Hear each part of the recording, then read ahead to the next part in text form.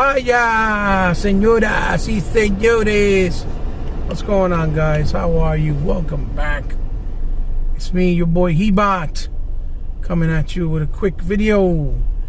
I'm basically doing this video because I didn't get a chance once again on the Exile last night to say and speak on a subject matter from one of the topics because of time constraints or because some other members went on longer than others and time was running out, whatever the case is. Anyway, I thought you guys might want to know what I thought, so I figured let me just speak on it real quick on a vid and throw it on my channel and you can check it out here. So one of the questions that Brother E-Rock was talking about was about how, you know, just recently it was revealed that on Metacritic last year, the year of 2021, it was mainly a lot of Xbox developing studios and games that were the highest rated on Metacritic. And he asked me what were my thoughts, and I really didn't get to get to it because, you know, like I said, time constraints or whatever or whatnot. So my thoughts on that, what I was gonna say was basically, I don't really care. It doesn't matter. It doesn't matter because I've said since the very beginning, and I've stood by my side, my guns, my word, and I'm a very proponent of what I've said, that real gamers only judge games by their own personal experiences. A Metacritic score review is just a guideline to see if maybe a game can tickle your curiosity to take a look at it if it's getting rave reviews or praise. But with that also being said, Metacritic is not something that you can trust, and it's not something that's controlled. It's not a controlled environment. And what do I mean by not a controlled environment? Well, what I mean by that is because you get scores in there from a lot of different sites that could be Sony-centric, Nintendo-centric, even PC-centric.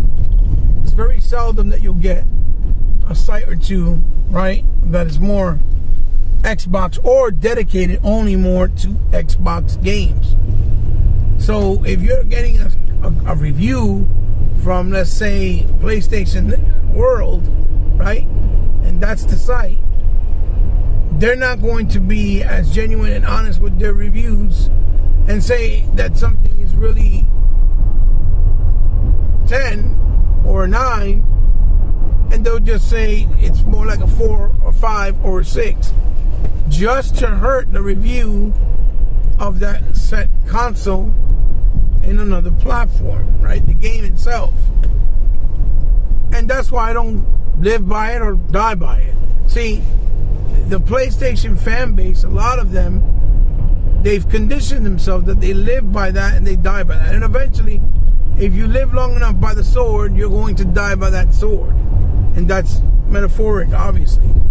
And that's the same thing with Metacritic. They live by that Metacritic staple and ideals for so long that now that the PlayStation exclusive games are not really scoring very well or as high, right? Even though an 85, an 82, an 87, an 88, or an 89 is still very good. It's great.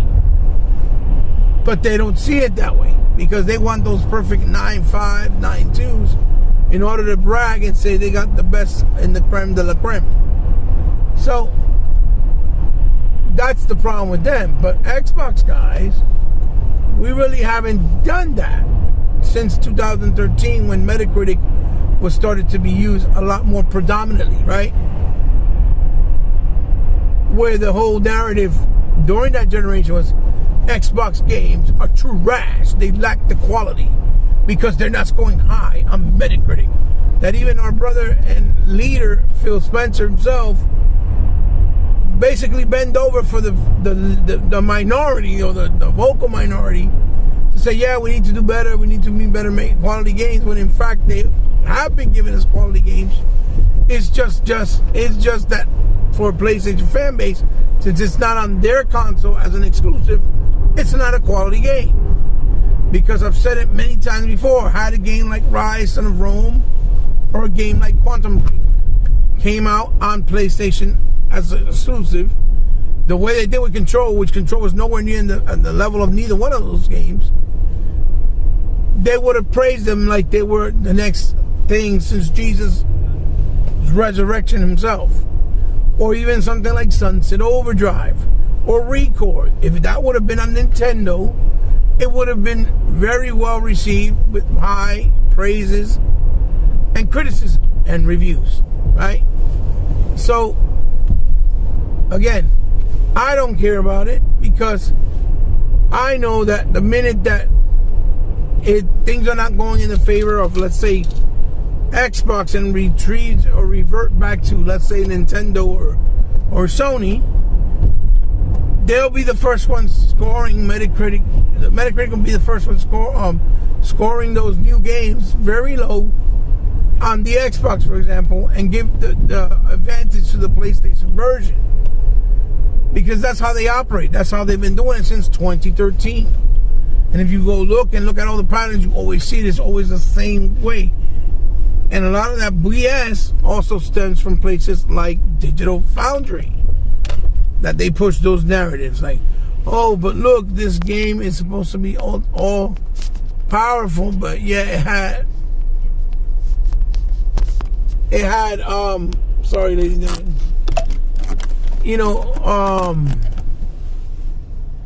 I lost my train of thought, but you get the idea that it pushed the narrative of PlayStation games being the best quality because that was the cool thing to do last generation.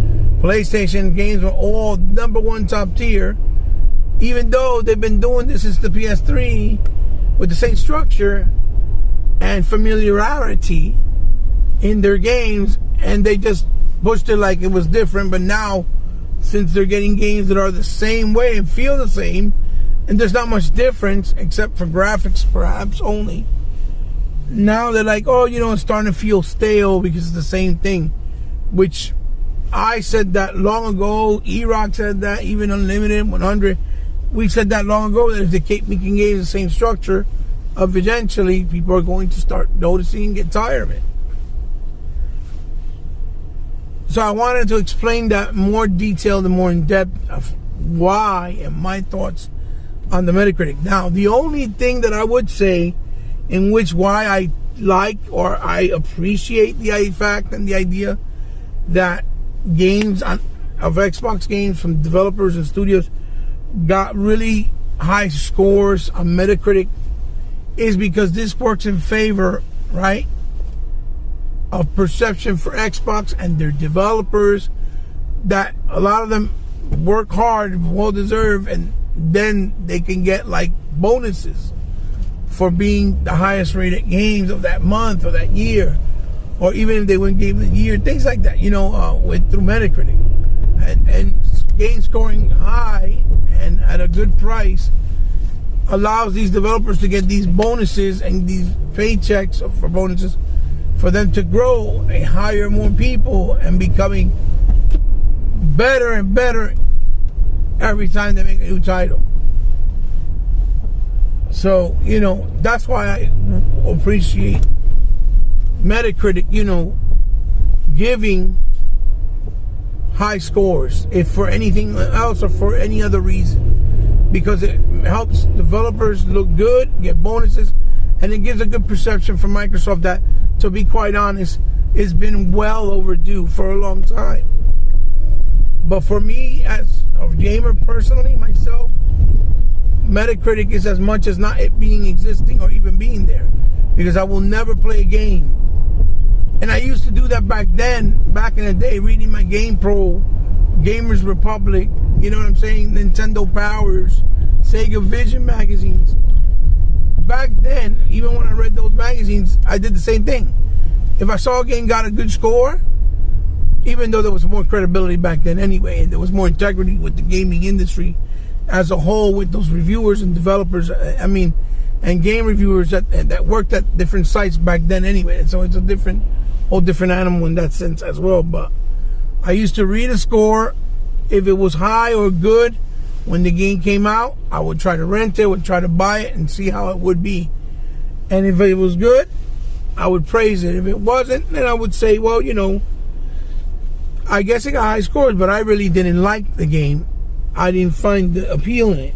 One of those games that comes to mind that I can actually share with you guys, that was that same experience with me, like growing up on, let's say, in the Genesis era, was a game called Herzard Zwei or Herzard Zwei. It was like a top-down shooter with elements of strategy. And it was in a split screen. You could play co-op by itself or with an AI.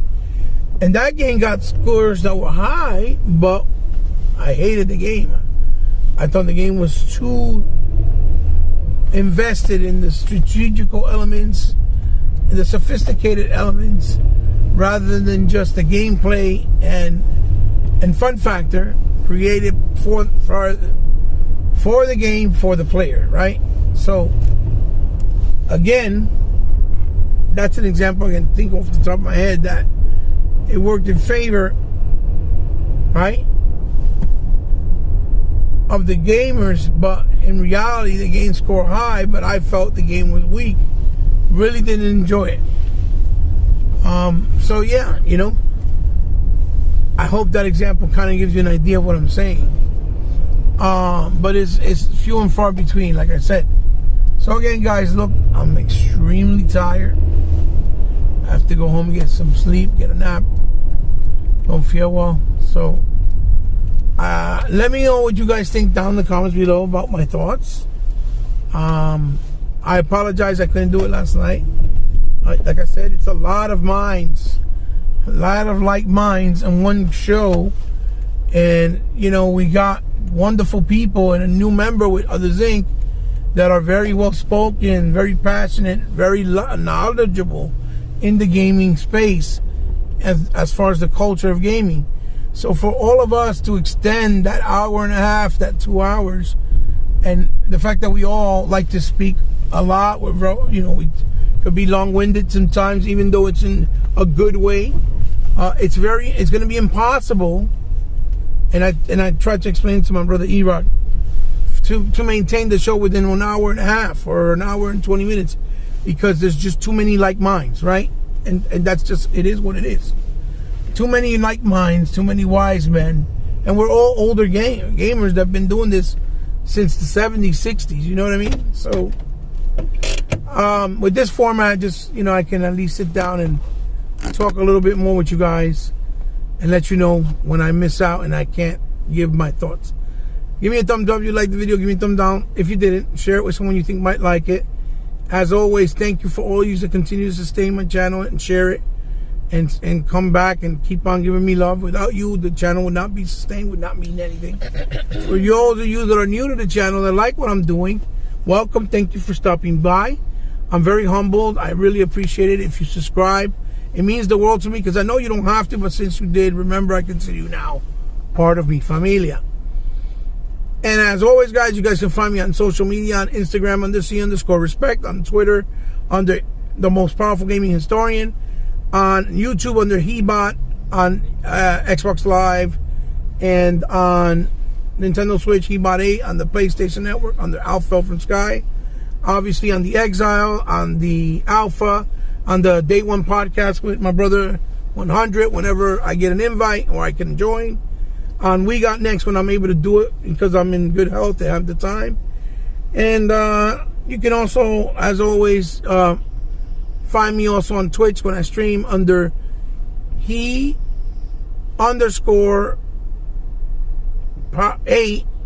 No, it's he_bot8 powerful gamer, all lowercase except for the H. It's capital. If you want to follow me on Twitch, I'll try to put it down in the description below. Guys, as always, you know what to do. You want to help me out in any way, shape, or form because you like what I do and you like my channel, you want to help me grow. There is a way you can do it more personal with a Patreon and my PayPal. It's not obligated. It's only if you want to, from the kindness of your heart. And as always, you can always DM me in one of those social platforms if you want to have me, you know, review something, highlight something on my channel, like a figure or something that you want for me to present and I will be more than happy to do so. It would be an honor. It would be my pleasure. I'll see you guys very soon. Xbox for life, like a sickness that can't be cured. That's my saying. That's my slogan. Don't get triggered, people. It's just gaming. Love you. I'm going to go get some sleep. Hopefully you guys will too. Have a blessed day. See you on the next one, guys. Bye-bye.